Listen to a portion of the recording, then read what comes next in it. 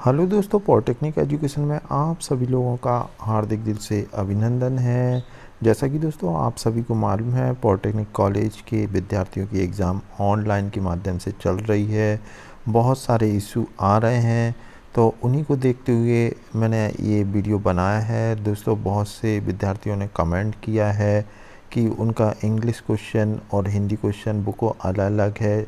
English में पढ़ते हैं तो उसके ऑप्शन जो ABCD हैं और वो कुछ अलग रहते हैं, और हिंदी में करने पे उसका जो सीक्वेंस रहता है दोस्तों वो चेंज हो जाता है। ऐसे में कौन सा क्वेश्चन सही होगा, कौन सा गलत होगा, हिंदी वाला क्वेश्चन करना सही होगा कि इंग्लिश वाला करना सही होगा, ऐसी स्थिति में कौन से क्वेश्चन पे हम टिक लगाएं, इंग्लिश क्वेश्चन में या फिर हिंदी। तो दोस्तों आज की वीडियो में यही बताने जा रहा हूं।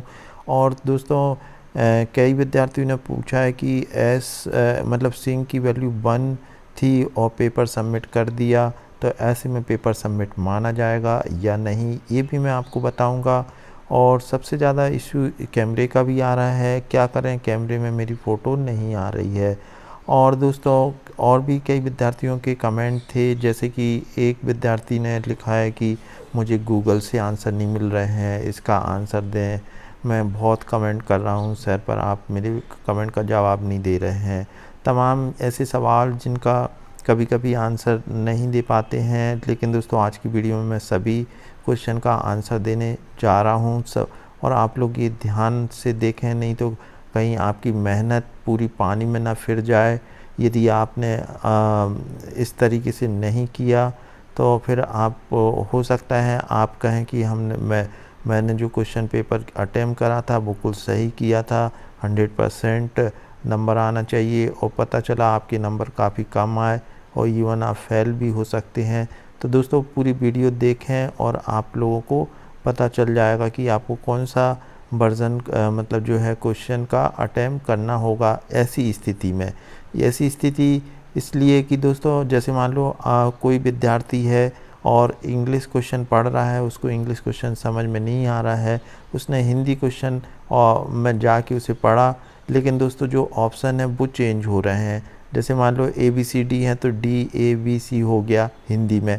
तो ऐसी स्थिति में अगर वो हिंदी वाला लगाएगा कि इंग्लिश वाला को लगाएगा। यहाँ दोस्तों मैं आपको बता दूं, जैसे आप ऑफलाइन जो 3 घंटे का पेपर देते थे तो आपने उसमें एक चीज़ ज़रूर पढ़ी होगी कि any dispute English version should treat as a final. मतलब जो इंग्लिश वर्सन रहेगा उसी को हम फाइनल मानेंगे। तो यहाँ पर भी एज पर जो प्रीवियस नॉलेज, प्रीवियस एक्सपीरियंस और जो क्वेश्चन सेट करते हैं एवेल्यूटर, वो इंग्लिश वाला ही वर्सन में करते हैं। अब दोस्तों गूगल के द्वारा जब हम उसको हिंदी में करते हैं तो कभी कभी क्या है अलग उसका अर्थ निकलने लगता है, लेकिन जब आप इंग्लिश में पढ़ते हैं तो आपको समझ में आ जाता है। क्योंकि दोस्तों अधिकांश विद्यार्थी पॉलिटेक्निक कॉलेज के हिंदी मीडियम के रहते हैं, उनको कंफर्टेबल हिंदी में लगता है। लेकिन दोस्तों कमेंट में उन्होंने जो कमेंट किया है कि उनका जो ऑप्शन है ABCD का वो चेंज हो रहा है, ऐसे में क्या करें। ऐसे में दोस्तों मैं आप लोगों को सलाह दूंगा कि जो इंग्लिश क्वेश्चन है उसका जो सीक्वेंस है उसी पर आप टिक करें। भले हिंदी में समझने के लिए आप पढ़ लें, लेकिन आप उसको चेंज करके जब आपको टिक लगाना है तो इंग्लिश क्वेश्चन वाले ही पे ही टिक लगाएं। अन्यथा दोस्तों आपका आंसर हिंदी वाले में गलत भी हो सकता है और मे बी आपके नंबर भी कट सकते हैं, या फिर आप पूरा हिंदी में कर रहे हैं और फिर पता चला आपको उतने अच्छे मार्क्स नहीं मिले, और कब हो सकता है आप फेल भी हो जाएं। क्योंकि दोस्तों जिस तरीके से कमेंट कर रहे हैं कि वो बिल्कुल हिंदी और इंग्लिश वर्सन दोनों अलग अलग हैं, तो ऐसी स्थिति में जो डिस्प्यूट हो रहा है और राजीव गांधी विश्वविद्यालय इंग्लिश क्वेश्चन को ही एज ए फाइनल ट्रीट करेगा, तो आप इंग्लिश क्वेश्चन को ही आप फाइनल माने और उसी पर आप टिक लगाएं। अब ये नेक्स्ट क्वेश्चन देख लेते दोस्तों। इस पे ऐसा लिखा है कि यदि दोस्तों S की वैल्यू 1 है या 2 है या 3 है, या मतलब जो भी हो पर 0 से ज़्यादा है और तब स्टूडेंट ने पेपर सबमिट कर दिया है, तो क्या पेपर सबमिट होगा। तो दोस्तों ऐसी स्थिति में एस की वैल्यू 0 को छोड़कर 1 2 3 4 कुछ भी है, तब ऐसी स्थिति में आप पेपर सबमिट करेंगे तो ये मान के चलें कि आपका पेपर सबमिट नहीं हुआ। तो दोस्तों इस चीज़ का आप बिल्कुल ध्यान रखें कि जब सिंक की वैल्यू 0 होना चाहिए, यानी कि दोस्तों सिंक की वैल्यू 0 है तभी आप पेपर सबमिट करें, तो ही आपका सबमिशन माना जाएगा।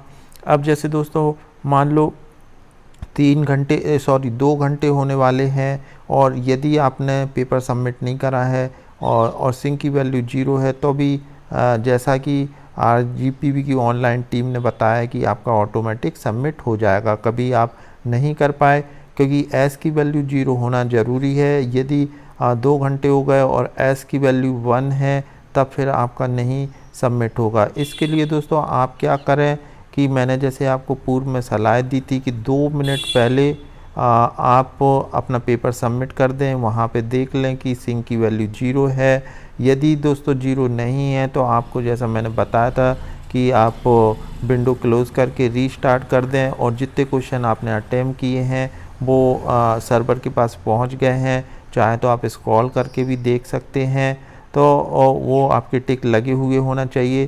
तो इस तरीके से दोस्तों आपको ये करना है कि जब सिंक की वैल्यू 0 हो जाए तभी आप सबमिट करें, इस चीज़ का ध्यान रखें।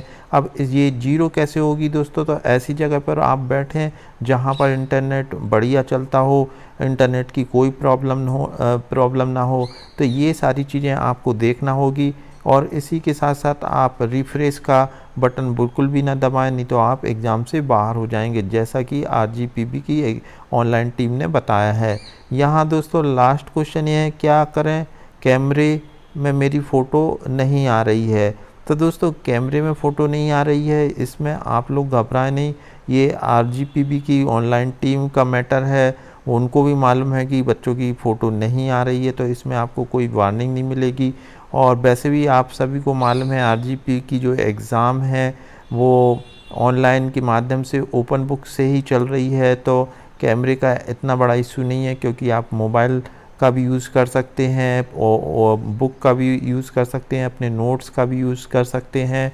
तो ये तमाम चीज़ें हैं जिससे आप हेल्प कर रहे हैं। इसीलिए दोस्तों ये जो आपकी जो फाइनल ईयर की एग्ज़ाम के जो मार्क्स हैं वो 50% ही जुड़ेंगे, और 50% किससे जुड़ेंगे, जो आपका 5th सेमेस्टर है। तो इस तरीके से 5th और 6th के 50% जुड़ के आपका फिर फाइनल रिजल्ट बनेगा। तो दोस्तों इसमें आपको घबराने वाली बात नहीं है। एक क्वेश्चन का और जवाब दे दूं, एक क्वेश्चन विद्यार्थी ने बार बार कमेंट किया था कि मेरे को गूगल पे नहीं मिल रहा है तो मैं क्या करूं। तो दोस्तों इसके लिए आपको मेहनत करना होगी। ऐसा ज़रूरी नहीं है कि जो RGPB ने क्वेश्चन बनाए हैं वो आपको सारे के सारे 40 क्वेश्चन सारे के सारे क्वेश्चन आपको गूगल से आपने जैसे ही सर्च किया और आपको मिल गया। इसके लिए आपको पहले से ही मेहनत करना होगी, जिससे कि आपको पता चल सके ये क्वेश्चन का आंसर कहाँ पर है। और कुछ क्वेश्चन तो आप ट्राई करें जो 40 क्वेश्चन में कम से कम 15 या 20 बिना देखे कर पाएँ, उसके बाद ही आप ये जो मोबाइल है या बुक है या जो फ्रेंड की मदद लेना चाह रहे हैं लें। लेकिन दोस्तों बिना मेहनत किए अगर आप सोच रहे हैं कि गूगल से हम सारा सर्च कर लेंगे, तो मेरा मानना है कि आप बहुत गलती पर हैं, और ऐसा आप करते हैं तो आपको बहुत अच्छे मार्क्स नहीं मिलेंगे। इवन अभी का जो पेपर आ रहा है वो काफ़ी टफ आ रहा है, B लेवल का आ रहा है, इसलिए आप लोग मेहनत कर लें तो बेहतर होगा। क्योंकि दोस्तों जब तक आप पढ़ेंगे नहीं ना तब तक आपको पता नहीं चलेगा कि किस चैप्टर में से आपका ये क्वेश्चन है और कहाँ इसको सर्च करें, कौन सा फार्मूला अप्लाई करें। तो ये सारी चीज़ें आपको आना चाहिए, तभी आप पेपर को एक अच्छे तरीके से दे सकते हैं और आपके अच्छे मार्क्स आ सकते हैं। तो दोस्तों यही सारे आप लोगों के कमेंट थे, तो उनका मैंने जवाब दे दिया। उम्मीद है दोस्तों आपको ये वीडियो यूज़फुल लगा होगा। अगर यूज़फुल है तो आप इसे लाइक करें, चैनल पर नए हैं तो चैनल को सब्सक्राइब करें। Thanks for watching.